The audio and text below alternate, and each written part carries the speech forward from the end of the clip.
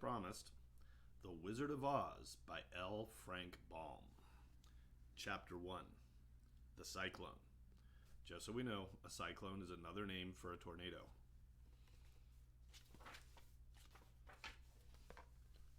Picture.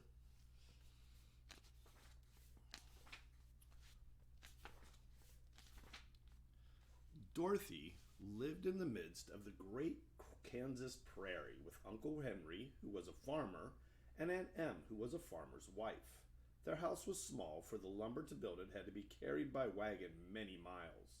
There were 4 walls, a floor, and a roof, which made one room, and this room contained a rusty-looking cooking stove, a cupboard for the dishes, a table, 3 or 4 chairs, and the beds.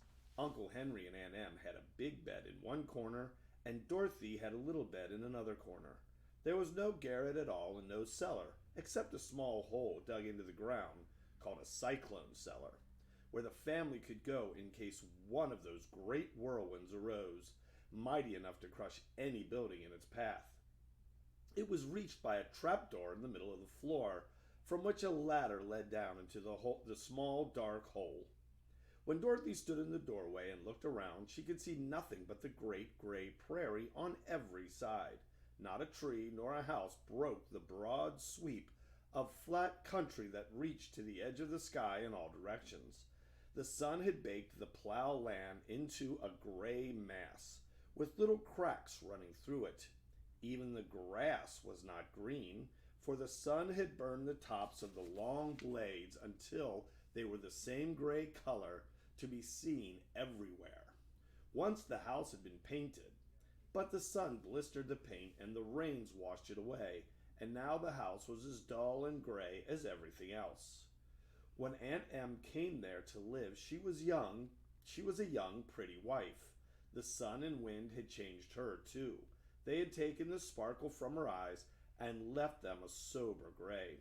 They had taken the red from her cheeks and lips, and they were gray also. She was thin and gaunt and never smiled now. When Dorothy, who was an orphan, first came to her, Aunt Em had been so startled by the child's laughter that she would scream and press her hand upon her heart whenever Dorothy's merry voice reached her ears, and she still looked at the little girl with wonder that she could find anything to laugh at.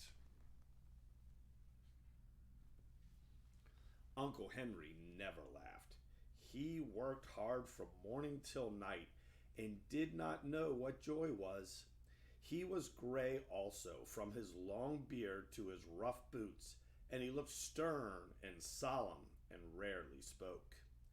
It was Toto that made Dorothy laugh and saved her from growing as gray as her other surroundings. Toto was not gray. He was a little black dog with long silky hair and small black eyes that twinkled merrily on either side of his funny wee nose. Toto played all day long, and Dorothy played with him and loved him dearly. Today, however, they were not playing.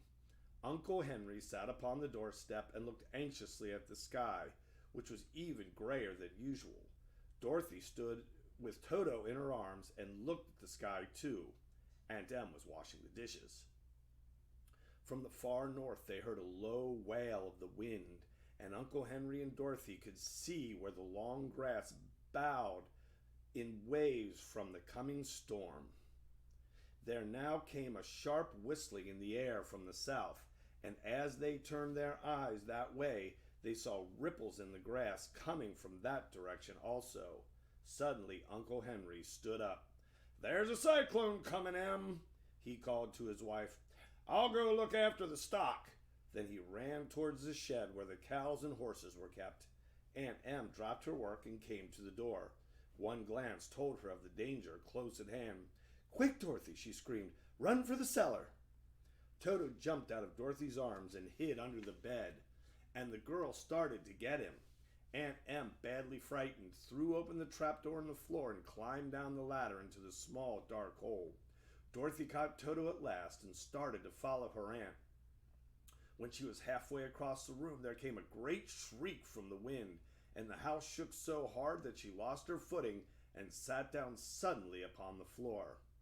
A strange thing then happened. The house whirled around 2 or 3 times and rose slowly through the air.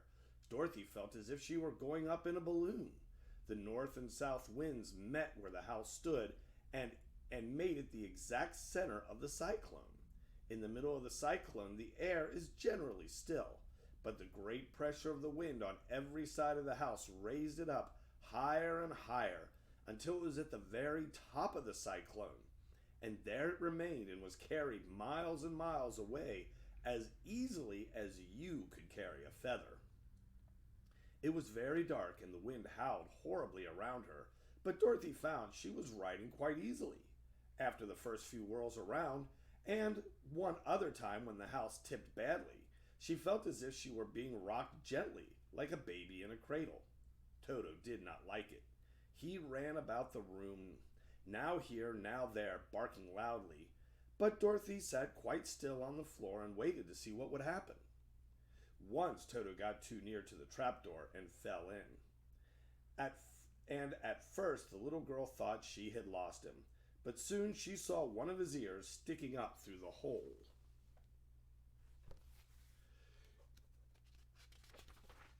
For the strong pressure of the air was keeping him up so that he could not fall. She crept to the hole, caught Toto by the ear, and dragged him into the room again, afterward closing the trapdoor so that no more accidents could happen. Hour after hour passed away, and slowly Dorothy got over her fright, but she felt quite lonely, and the wind shrieked so loudly all about her that she nearly became deaf. At first she had wondered if she would be dashed to pieces when the house fell again, but as the hours passed and nothing terrible happened, she stopped worrying and resolved to wait calmly and see what the future would bring. At last she crawled over the swaying floor to her bed and lay down upon it. And Toto followed and lay down beside her. In spite of the swaying of the house and the wailing of the wind, Dorothy soon closed her eyes and fell fast asleep. That's the end of chapter 1.